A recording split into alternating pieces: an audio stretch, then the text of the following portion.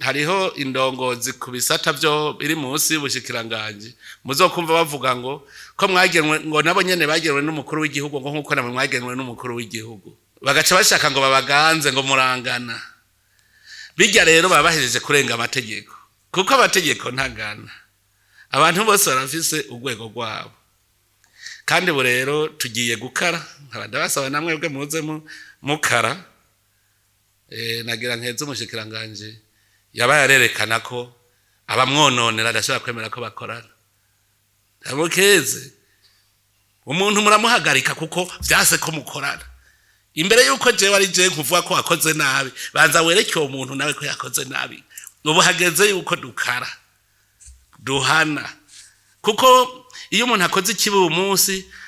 ukamureka ejo agasubira ukamureka hirya ejo agasubira ukamureka acabona ko ariko bimeze vyace biba umugenzo